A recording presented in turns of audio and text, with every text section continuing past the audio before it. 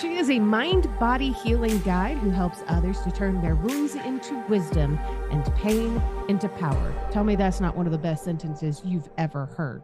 Her name is Leah Drew, and I'm super excited to have her on my show. Welcome to the show, Leah. I'm so happy to be here, Amanda. Thank you for having me. I am really happy that we were introduced. We got to meet at Podcast Movement. It was the founder of Podmatch. His wife introduced us, and we've been chatting more together than I've chatted with her now since this event. You're just such an amazing person, and I love you, and I'm really happy that you're here. Oh, thanks, girl. Love you back. And yeah, it's been really wonderful connecting with you. I love how the right people make the right connections for you in the right place, right time. And sometimes you just get to surrender and trust the universe. Absolutely. So tell me a little bit about yourself that I don't already know. Where did you grow up? Where are you originally from? I grew up in a town called Mansfield in Massachusetts. So I am an East Coast girl. I've got Boston blood in me. I've got that fiery, give it to you straight kind of attitude. But I've also learned to soften, and I've also learned to find the softness and the surrender that is so important in life. Yeah. I mean, especially if you're living out here in Colorado. I mean, it's a Mhm. different kind of pace to the world out here. Oh, it's so nice. It's such a breath of fresh air, especially coming out of LA, which is where I lived prior to being in Colorado. Me too. And, here it's just like everyone's a little extra hippie crunchy. And I love that everyone's so much more connected with the earth and they always want to be outside no matter what time of year it is. Yep, absolutely. My husband is one of the worst for wanting to go hiking in the snow. I'm not going.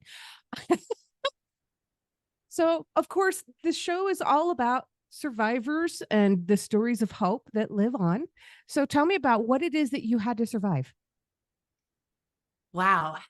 That's a big question. I feel like there's so many answers to that. For me, I navigated a really emotionally stressful childhood, and I hate comparing to others because you just can't do that. You can't compare one experience to another because at the end of the day, the body responds in the exact same way, regardless of what it is that someone endures. And for me, I had great parents who weren't so great together. And it led to me not feeling seen, not feeling heard, not feeling emotionally supported by my parents. My parents divorced. And so then there was the meshing of two families that was not easy. And a lot of that emotional stress led me to find out at 16 years old that I had a pancreatic tumor the size of an orange. Oh, Yeah. And at the time, I didn't fully understand the severity of that. I didn't understand really what was happening until later on when I was going through college. And I was like, oh, that was actually like a huge deal. That was not a small thing. And I ended up having major abdominal surgery at 16 years old after being admitted into the emergency room for internal bleeding. That was probably one of the most painful experiences of my entire life. I've broken a lot of bones, but internally bleeding is just nothing that compares pain wise.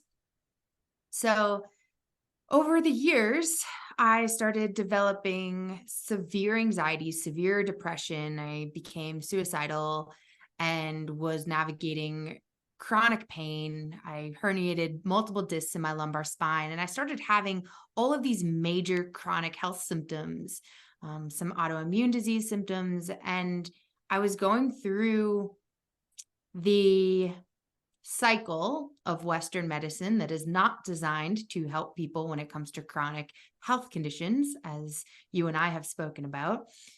And I got so fed up with it. I was so frustrated, and I had to say, I'm done. I need to learn how to support myself because very clearly, no one else is going to support me in the way that I need.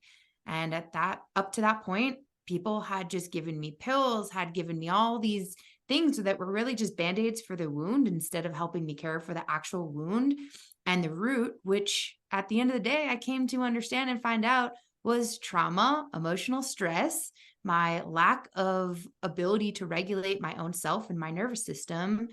And I really set out to heal myself and to change my lifestyle, to change my habits, to change my mindset, and to heal the trauma that I've experienced, not just in my life, but that my family has experienced in generations past that were influencing how I was experiencing the world around me.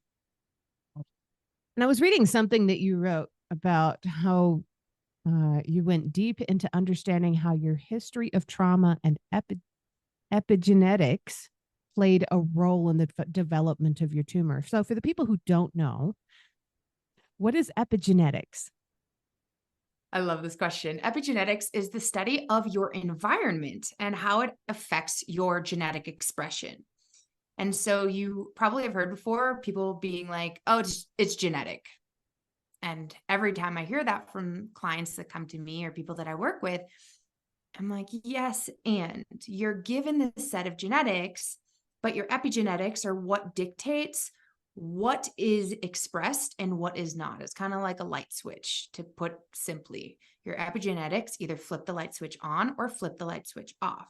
And so epigenetics can look like the relationships around you. It can look like the air that you're breathing, the water that you're drinking. It can look like the soaps and products that you're putting on your skin, things that have chemicals and just things that aren't good for your body in them.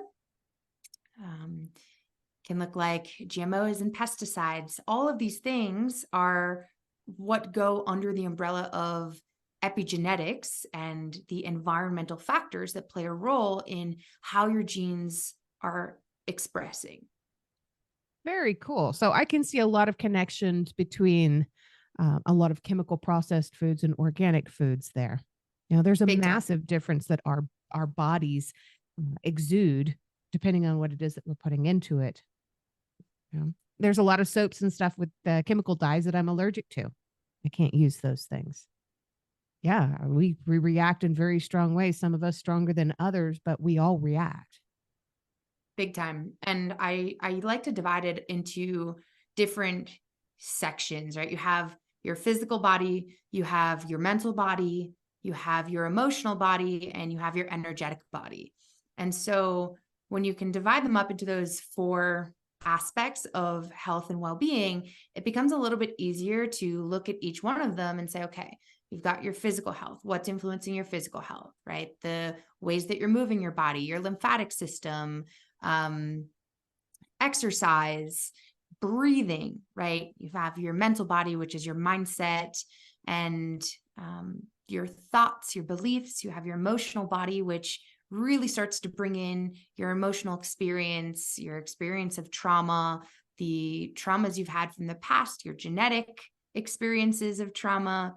And then you have your energetic body, which can be, I'll say that in a second. Your energetic body can look like things like Wi-Fi, Bluetooth, like actual energetic fields that are influencing yours. And what's beautiful is that there's an underlying current within all four of these. And so, yeah, they should overlap. It's kind of like the foundation of your house, right? You have to have a strong foundation in order for the roof to be sturdy and for things to be sitting right and hold up. And so, for example, your emotional body influences your mental body, and your emotional body influences your energetic body. Your emotions are energy in motion. And so, if you're sitting in fear, stress, anxiety, if you're having emotions like anger, things that are having a lower vibrational frequency or a frequency that's really putting the balance of your body off, that's going to affect your energetic body, which then influences your electromagnetic field, which influences not just how things are functioning inside your body, your organs, everything within you, but also what's happening outside of your body. And that's where I always say you have to go within to change what's happening without, right? As within, so without. So in order to change the world and the experience around you, the jobs you're attracting, the people you're attracting, the relationships that you're having, you have to go in first and work with what is happening within you, because it's going to play a big role in everything else. So, you talk about radically taking responsibility for your own mental, physical, and emotional health. I mean, you're an expert at this. This is what you now teach other people to do. What's the first step? I mean, this seems like something that's so incredibly overwhelming. I can see somebody listening to this or watching us and going, I can't do that. And they can't. They can't. But where do they start? Well, the first thing is becoming the observer. And the first thing that you really need to do, I divide this into three aspects when I'm working with someone. You have to assess. You have to assess what's happening in your world. What is it that feels good? What doesn't feel good, right? Becoming the observer and learning how to step back a little bit, right? Almost like zoom out and be the witness of your experience. And once you do that, you get to step into acceptance that this is the experience that you're having and you play a role in that. And something that's really common is that victim mindset, right? Where you're oftentimes wanting to blame someone else for the experience that you're having. And regardless of what experience it is that you're navigating, you play some sort of role in that experience. And that can be one of the most challenging things to accept. You know, for me, I had this conversation with someone the other day. You know, I have a history of sexual abuse. I was raped twice going through college. And it was so hard for me to accept my role in that experience. And that Yes, they doesn't did mean some. blame. No, not at all. In no way, shape, or form is that blame.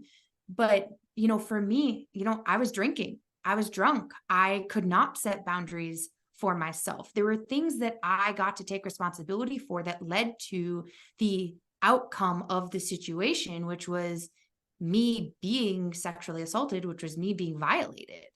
And again, you know, that person does have a role to play as well, but you can only take that radical acceptance for the role that you play. You can't take acceptance for the other person's side, for the other person's actions.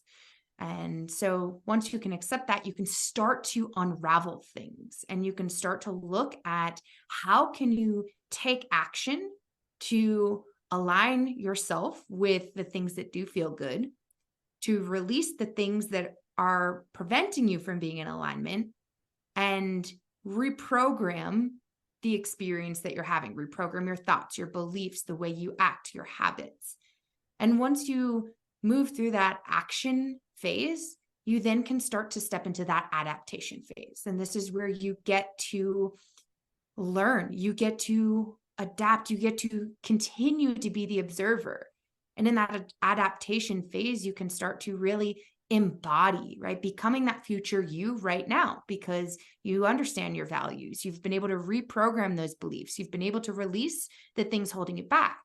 And then as you start to embody, you can start to create changes and adapt your environment so that you can really start to step into something different, a fully different experience, a change, whatever that change looks like for you. And so that's how I really help and navigate helping others, I should say, move through changing their life and really becoming more empowered over their ability to create shifts. This is some powerful stuff.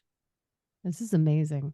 And I know a lot of us have heard of functional medicine. If you haven't heard of functional medicine, definitely look into it. But not everybody has heard of functional movement, and that's movement as medicine. So tell us a little bit about that. What does that look like? Functional movement for me is something that I've used to learn how to communicate with my body, because communication is so important in any aspect of life, whether you're communicating with yourself or with someone else. And functional movement is truly movement that is supporting you in the functionality that you need for the life that you're living. So, for example, if you're someone that sits at a desk all day long, functional movement can be something that's going to help strengthen the opposite of what you're doing at the desk all day long. So that might look like hip mobility. That might look like spinal mobility. That might look like vestibular, which is your eyes, your eye movement, vestibular training, because you're looking at the same spot on the screen all day long. that might look like posterior chain, the back of your body, and strengthening that so that you can open up the hips, so that you can stabilize the hips and the pelvis, so that you can strengthen the back so that you're not in that forward leaning position all day long. So functional movement is really moving for functionality and doing so in a mindful manner. For me, I have a history of bodybuilding, and it really was not a mindful way of moving. It was separating one muscle at a time rather than treating the body as a whole and training the body as a whole being and something that functions together. Very cool. I learn so much from you every time we talk. I don't know if you're aware of that or not, but I just love it. Um, and I know you have a blog. You also have your podcast, and people, I was blessed to be on her podcast recently. I love it. I love what you're doing. Tell me a story from your podcast. What is it that you talk about on your podcast? What's your podcast about? So, my podcast is called the Mindful Evolution Podcast. And the intention of the podcast is to really help people connect more with themselves and create changes in their life so that they can evolve in a more mindful way, so that they can love the life that they're living, so that they can take care of their bodies just a little bit better, so that they can start to think differently, right? Shift that mindset. Because I'm truly a huge believer that we are in need, a deep need of a more mindful approach to the way that humans evolve. And that is on many levels, from government to the education system to the individual and their families and how they're raising children. And so the Mindful Evolution podcast is here to help you better understand how you can do these things, how you can be more mindful and create something different by shifting the way that you're evolving through life. And so, share with you a story. I talked to some really cool people on my podcast. As you know, it's so fun. You're always taking something away. Recently, I had a conversation with a friend. She's a great friend of mine. She's actually someone who has played a really significant role for me in my healing journey. And her name is Amy Natalie, is what she goes by. And she has a podcast called the Feminine Frequency Podcast. And I came across her podcast a couple of years ago when I really started stepping into my feminine wounds, the wounds of my family, the wounds that I started stepping into, being ready to navigate the trauma and the wounds between me and my mother, and started looking at the wounds between her and her mother and my grandmother and her mother.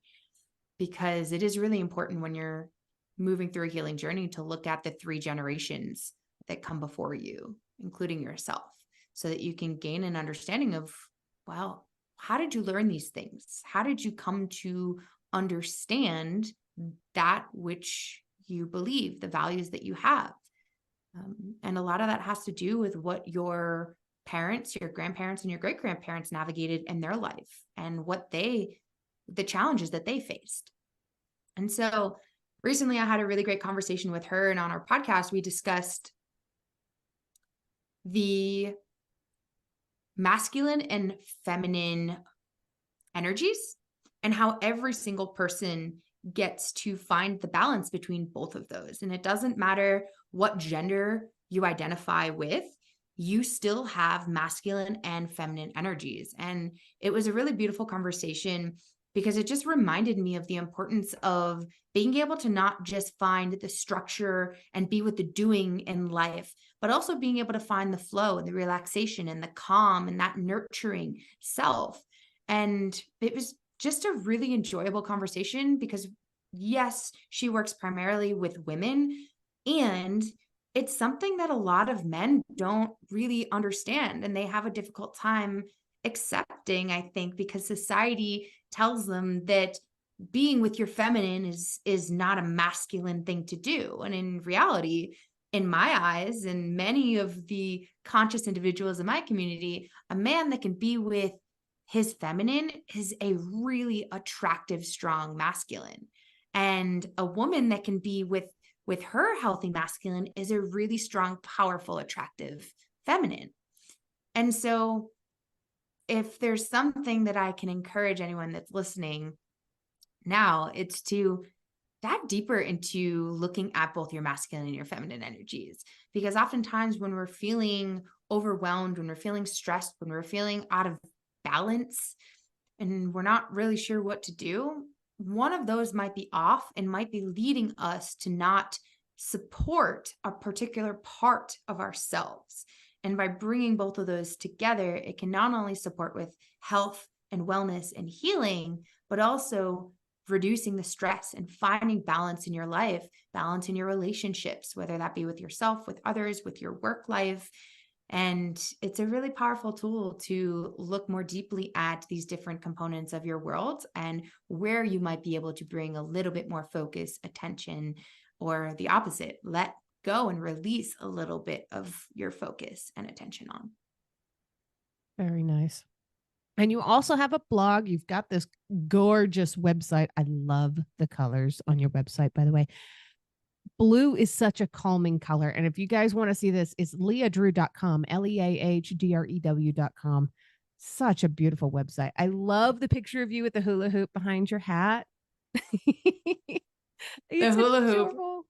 Yeah, the hula hoop has been a really special part of my healing journey. It's helped me learn to connect with flow, and finding that flow state is a little bit more of a feminine energetic quality where you can tap into that flow and you can kind of get lost in it a little bit. And it helps with taking all of that like logical mind and I have to do this, I have to do that, and thinking of all the things that we as humans are thinking about all the time. And it kind of puts it to the back burner for a minute, and it allows you to just drop in and be fully present. And that actually allows your nervous system to drop into that relaxation response and find a parasympathetic state, which is where you can heal. And so thank you. I love that photo with the hula hoop. And I'm really proud of my website. It's something that I've put a lot of focus and attention into, and I've made it very me, and I did it myself. You did. It's gorgeous. Love it. Thank you. But yeah, so what you're saying is I need to get a hula hoop. It's super fun. Maybe not a hoop. There's a lot of different kinds of flow toys that you can just play around with. There's like ropes, there's toy, there's things on strings, there's hula hoops, there's all these different fun things that you can kind of just experiment with. Speaking of all these different fun things, you have several different services on your website, including the speaking and consulting, the one-on-one coaching, the online courses. How often do you run your online courses? Is this a thing where you just keep them going all the time because you have people constantly coming to you needing them? That's a great question. So I recently made a really big change to my most common program, which is called the Mind Body Initiative. And this is my signature 16-week experience. And this used to be run live. And so I would do it about twice a year. I'm now shifting this because I see a need for this program to be accessible for anyone and everyone when they need it. And so I'm shifting this to be a self-run experience. This is going to be launching in November of 2023. And this is going to be a self-paced experience for you to dive into every aspect of your healing and your growing journey. So we look at your functional movement. We look at your physical health. We look at your stress levels. We look at your mindset. We look at your beliefs. We look at your trapped emotions and the trauma that you've had in your past experiences through life. We look at a lot of things that start to give you an opportunity to be the observer and step back and recognize all of the things, physical, mental, emotional, and energetic, that do influence your health, your healing, your mental wellness, right? Your emotional health, all of these things.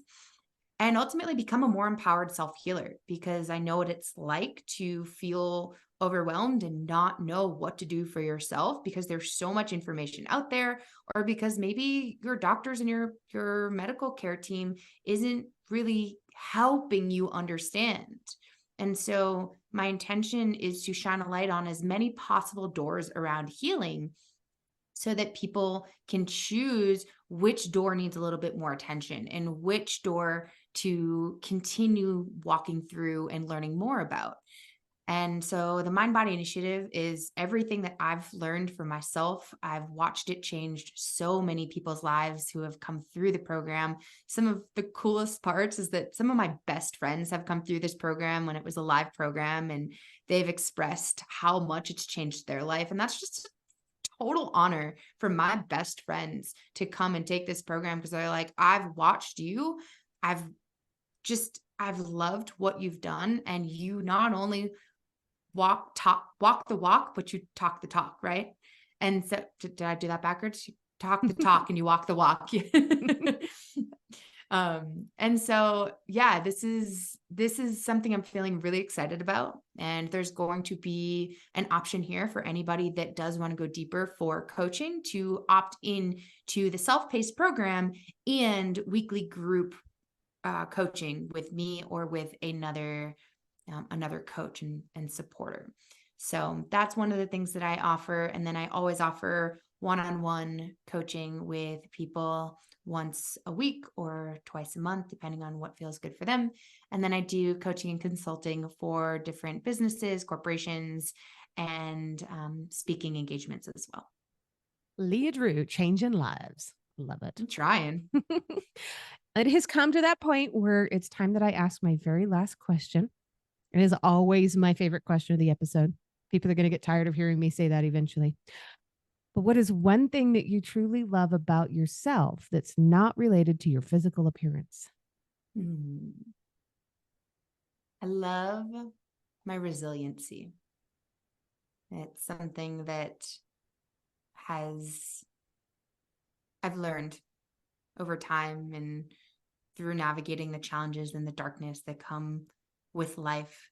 And by using the tools that I have learned to support myself, to regulate my emotions, to regulate my nervous system, to navigate relationships, communication, resiliency is something that I'm really proud of. And it's allowed me to feel really confident in not just myself, but in helping others navigate challenging situations as well. If you've enjoyed tonight's episode, please make sure you check out the episode description. You'll find links there on how you can learn more about this guest, links to connect with them on social media, and how to support the podcast. Remember, I don't get paid to do this. My boss is a bit tight fisted, but I can say that. I work for myself.